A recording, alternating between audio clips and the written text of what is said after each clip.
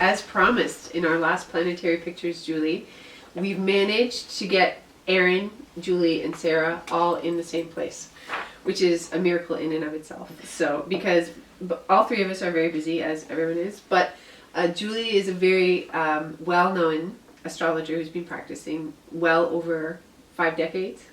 Since before you were born. Yes. And Aerin herself is an astrologer in her own right, and has many different endeavors, mostly an Aquarian artist, we will say, and she has a video or an album coming out next week, Queen of Swords.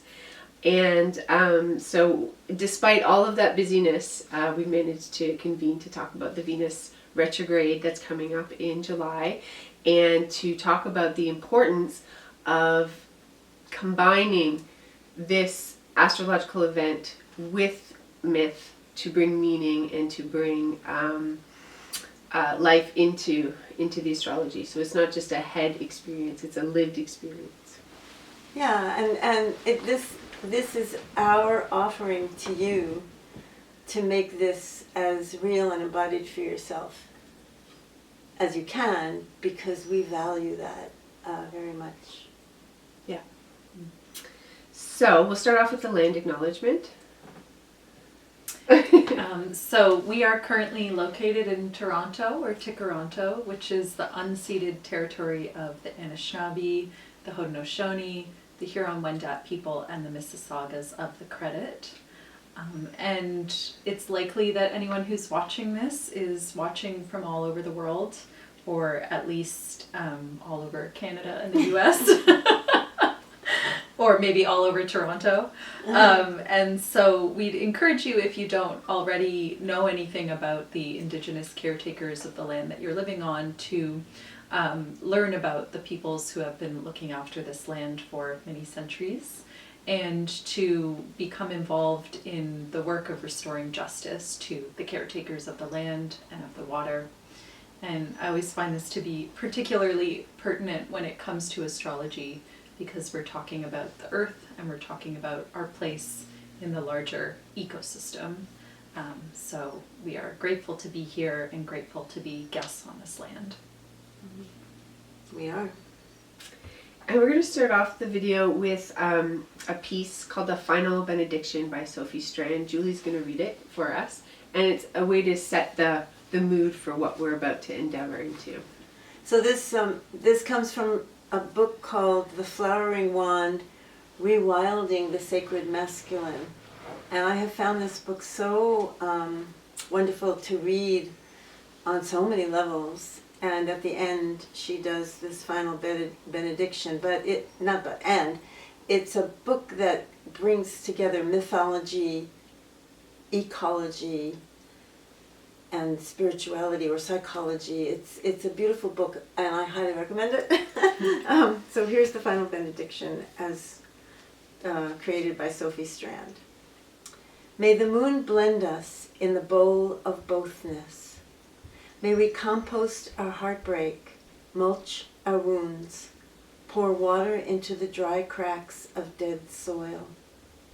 May our wands turn into snakes, our snakes to wands, our swords to flowers. May our pleasure be as intelligent and revolutionary as ivy digesting a building. May we find rainwater fermented mead in beehives, gods surfacing, mushroom-headed from the mycelial underworld. May we approach mountains as our lovers, landscapes as our own bodies. May we honor the porousness of our bodies, selves, souls, breath, the place where our roots push into other roots, the beings that constitute our song, the larger song we sparkle in as one small star in a constellation. May our time be as slow as bluestone, as quick as a hummingbird heart, as sweet as nectar, and as thick as pollen. As light as a spore on the wind, May we fill the space left behind by blight, by extinction, by harm, with song. May we heal each other. May we ask each being for its story.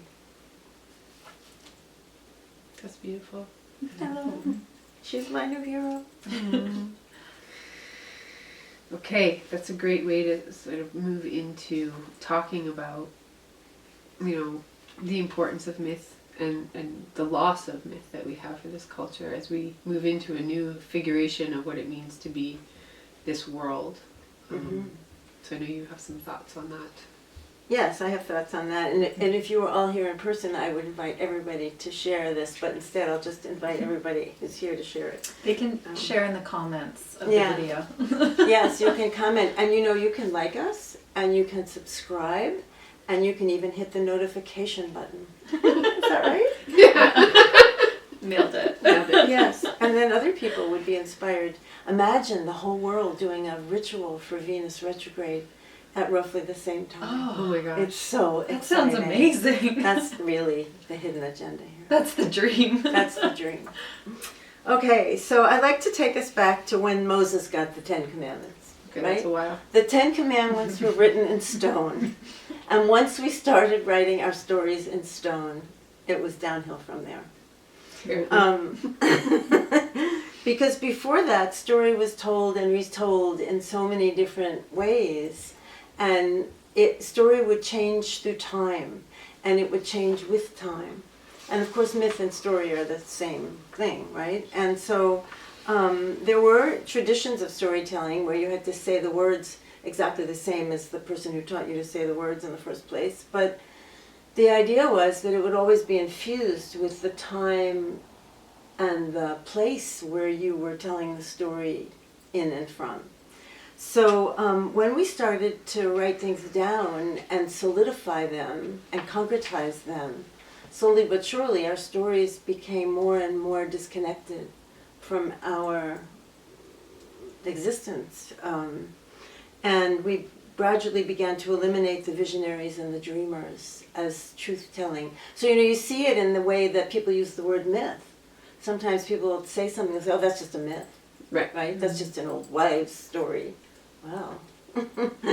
Doesn't make it not true, does it? So I'd like to talk a little bit about why a myth is true, and just to encourage you to think about the fact that, when you hear a story like Cinderella or Beauty and the Beast or something when you're 9, and then you think about it when you're 39, it has a very different meaning. Same story, right? So that's kind of something to consider. Myths that stay the same actually don't survive. Stories and myths are living things, and if they never change, they die. They just lose meaning. And one of the ways that they die, which we're seeing on the planet right now, is that instead of using myths to translate archetype into being, they become stereotypes. And so we have all these gender biases and racial, fantasies and all that kind of stuff that grows out of it because our archetypes get flattened and made into stereotypes. So to be human is to tell a story. All humans are storytellers, and all humans live through the stories that they're told. We say that seeing is believing, but actually it's the opposite. We make what we make what we believe seen. We only see what we believe. Right. Right. So this is not just academic. When we see kids being so distressed about gender roles that they want to kill themselves, it's because there's no story that allows them to discover and explore what they need to discover and explore, right? And when the climate is devastated by drought and fire and flood and war and tornadoes, we suffer. We actually suffer in real time. And without stories to help us, that suffering makes us feel like we're suffering in meaningless ways. And to be a human without meaning, not so much fun. Doesn't really work. So, yeah. Do you Right, wanna- and religion for the longest time had served that role That's right. in terms of giving meaning and giving some sense of why would I put up with this suffering? Why are we doing this? And because religion has dissolved, and largely, not just because religion, but a lot of the myths that we've had to give us meaning, you know, the corruption or whatever we're finding is like, it's like, well, that, you know, why would we prescribe to that or what now, Right. what not? And now one of the largest myths I think that people have hooked onto is like the Wolf of Wall Street, right? It's like, Right. like it's all being about, it's like that shifted into materialism, Yes. and then there's it's meaningless. Right. There's nothing to believe There's in nothing there. to believe in there except for, like, you know, whoever, like you said, whoever has the most toys wins. So Right. that's also depressing too. So as we reconfigure as a world with new configurations, we need a larger myth to hold on to and to create We need a myth that is infused with meaning. nature. Yeah. Yeah. Absolutely.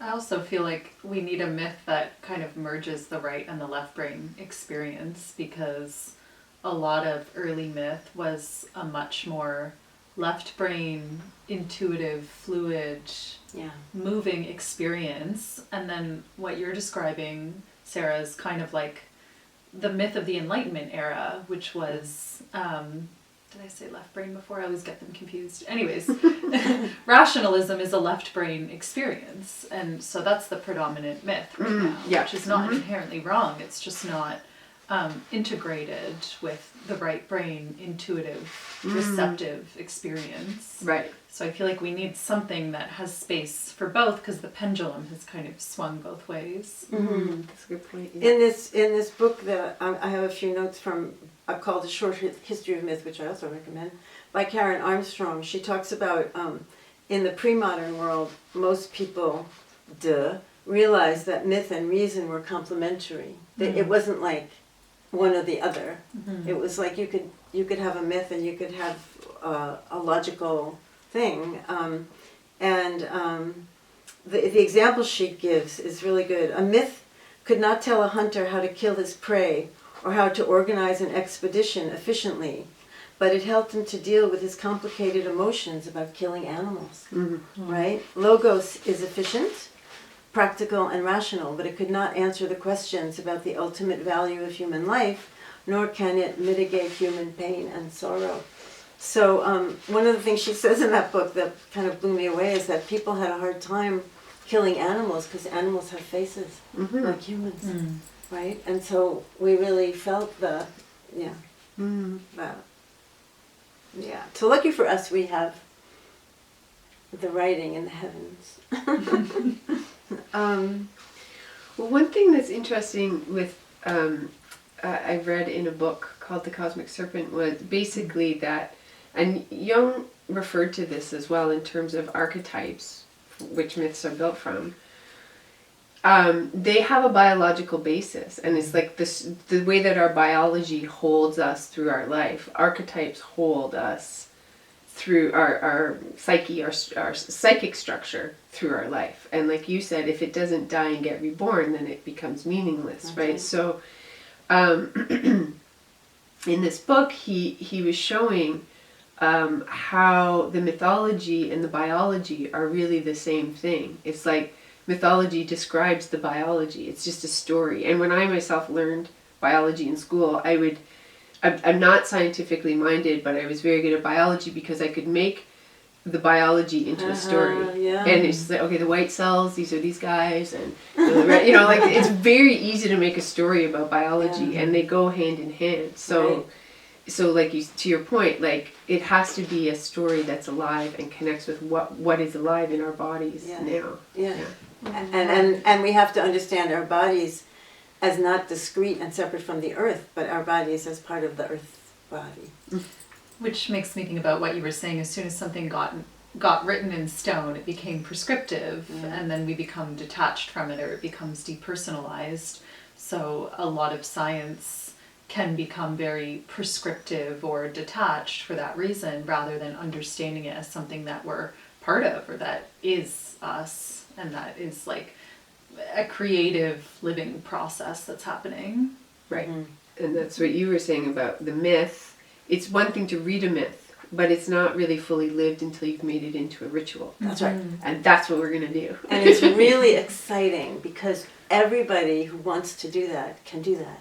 That's what it means to be human, right? So if you're inclined to make yourself a ritual, even if it's just one person, it connects so profoundly to the earth and to all living beings that it's truly exciting and fun. So that's what we're going to do today, is we're going to outline how to make a ritual, the elements that you need, or the steps that you need to do to make a ritual, and how to hitch that with astrology, how to use astrology as the core of your ritual. So it's like the DIY kit for the Venus retrograde. That's right. basically. That's what this is. So this is inspired from the A Short History of Myth, but I just want to say back in the day, this is what we don't have, because back in the day when nights were dark and the sky was so awesome, right? Contemplating the sky filled people with dread and delight and with awe and fear in a way that it just doesn't for us because there's so much light pollution.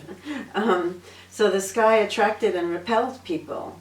It was by its very nature spiritual, numinous, right? It was so big and so incomprehensible. Without any imaginary deity up there behind it, it was, she says the sky was mysterium tremendum. Tremendous mystery. And incredibly fascinating. And in a way, those of us who use astrology and who love astrology, it remains that way for us, even if we don't actually have access to the sky in the same way. That instinct of the awe of being down here and looking up at the sky remains, right? And so the stories that happen in the sky are very powerful and ancient, because they're the same stories that all the ancestors we ever had saw in their sky. In our skeptical age, it's often assumed that people are religious because, I love this idea, because they want something from the gods that they worship, right? They're trying to get the powers that be on their side. So give me a long life, give me freedom, give me romance, give me health. And there's this kind of childlike belief that the gods can grant these wishes. But actually, in the study of very early mythic rituals and religious practices, it shows that worship wasn't about self-serving agendas.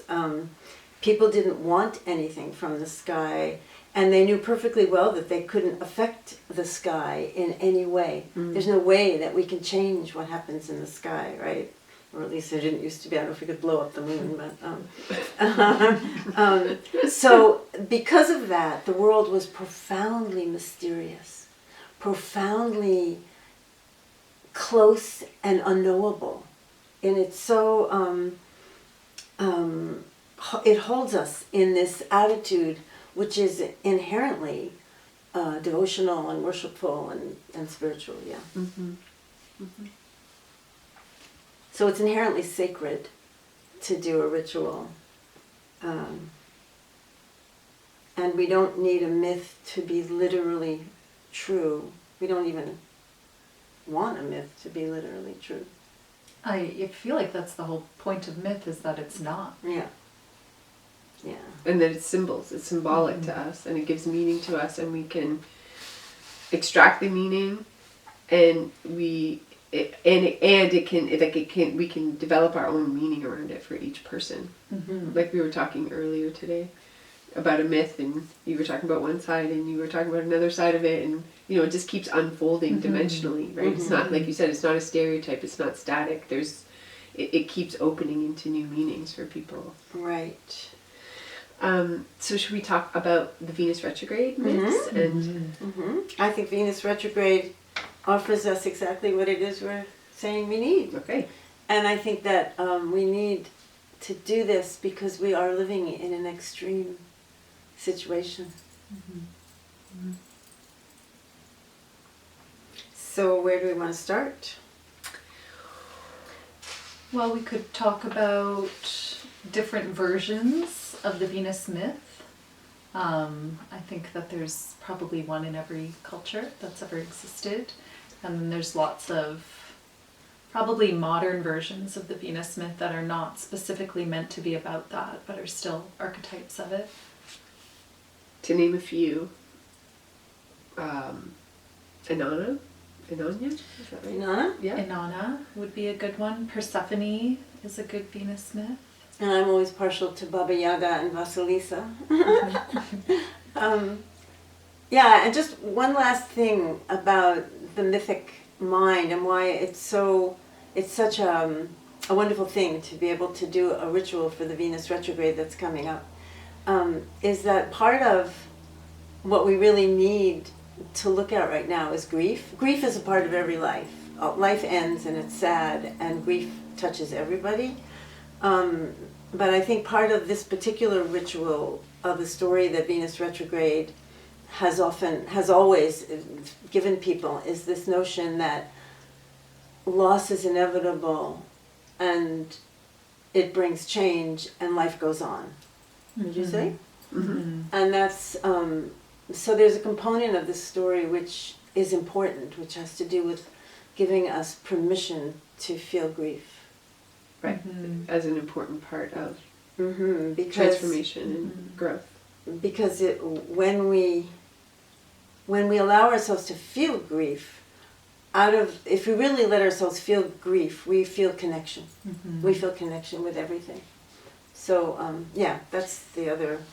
So that's the other component of the mythic ritual, the benefits. Yeah, because to feel grief is to also feel something or someone that you've loved, and to acknowledge some loss or change of that.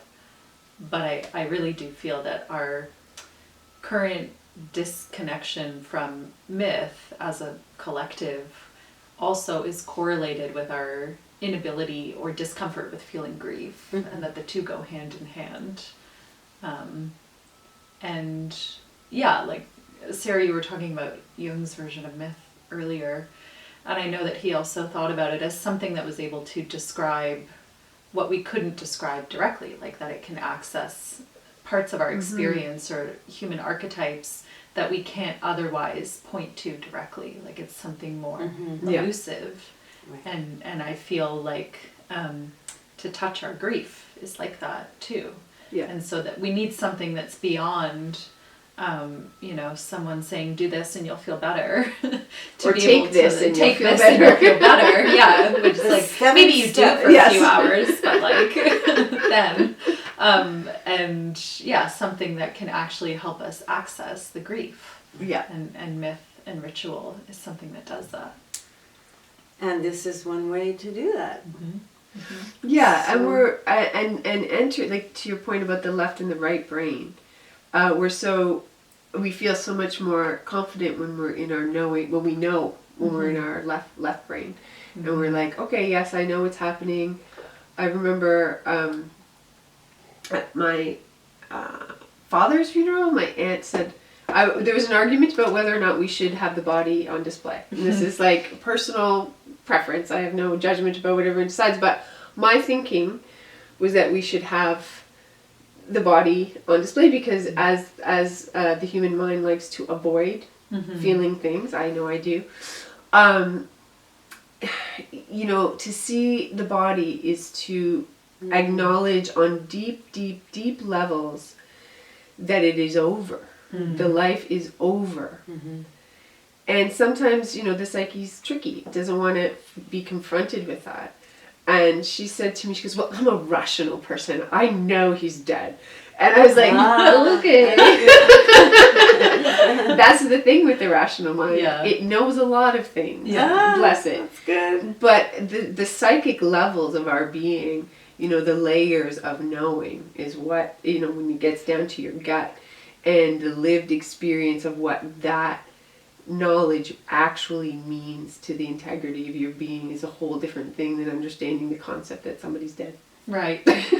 And the rational mind cannot actually take you to those deeper places. That's right. You can't get there through that framework. And that's what we lost when they wrote in stone. Exactly. All the way back then. Yeah. So the ritual is a vehicle to help take you out of that rational mind and into the deeper layers of experience of and meaning. Mm-hmm. And it doesn't, there's no way you should feel. If you do a ritual, there's no particular, Right. if you didn't cry, you didn't do it right, or whatever. Because rituals are reenacted over and over and over again. And every time you do it, it's the same and different. And actually, Venus goes retrograde every 18 months. This dance that we're looking at happens every 18 months. And it's a very beautiful dance, because if you connect the dots on a wheel of where Venus goes retrograde every 18 months, and then you connect them, you get a perfect pentacle. You get a perfect 5-pointed star. Astrologers love this. We all do you not love this? Yeah. It's so beautiful and perfect. It's so perfect. And Venus is beauty and all that stuff. So now I think we should talk a little bit more about the astronomical event, or the astrological event of Venus retrograde. For me, I feel like a good place to start with this, especially because people watching this may either be dipping their toe into astrology, or not interested at all, or don't know anything about it. But I'm sure everyone has seen Venus on the western horizon at night lately, and it's so bright and so impossible to miss. Even last night it was cloudy and I could still see Venus so bright in the sky. And so I think that's a good place to start, because we start with Venus as the evening star, which means that we see it in the evening after the sun has set.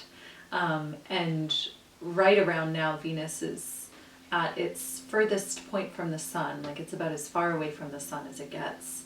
But it's slowly, slowly, slowly going to get closer to the sun, which means that we'll see it earlier and earlier in the evening, because it's closer to where the sun is when it sets. So that is the beginning of what is understood in the Venus myths as a descent, or like a moving towards the underworld, which in mythology, in astrological mythology, is often just whatever is under the earth, or what we can't see. So that's sort of our starting point for the astronomy of it.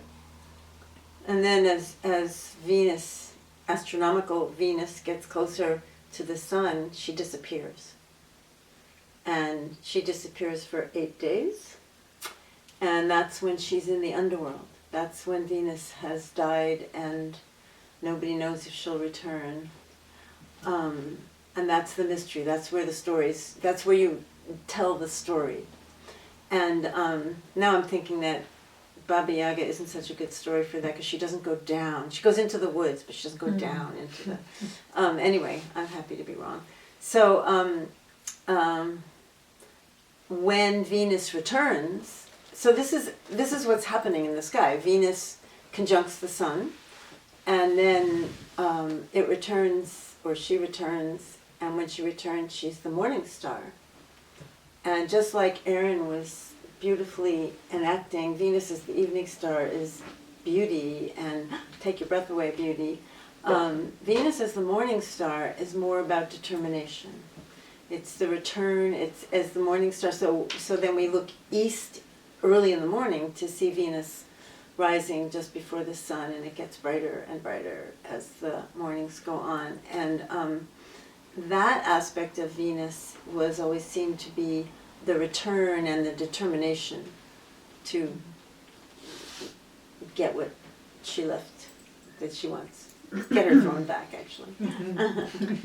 So the actual planet of Venus, which invokes in us a sense, we all have, as you have taught us, we all have a sense of what Venus means. If you just say Venus, anybody listening who hasn't studied astrology will have some sense of what Venus means.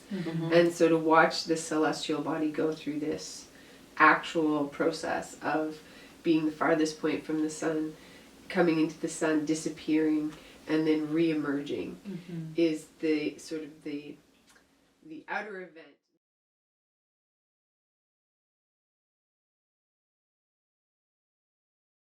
we got some stuff. You can contact us. Yeah. Yeah, we have websites. We have, And we'll list that all down below. We have newsletters. Yeah. Yeah. Anyway, mostly though, this is about giving you the impulse or the suggestion to acknowledge the Venus retrograde and to embody it. Yeah, and give you that connection to yourself that creates meaning in the world.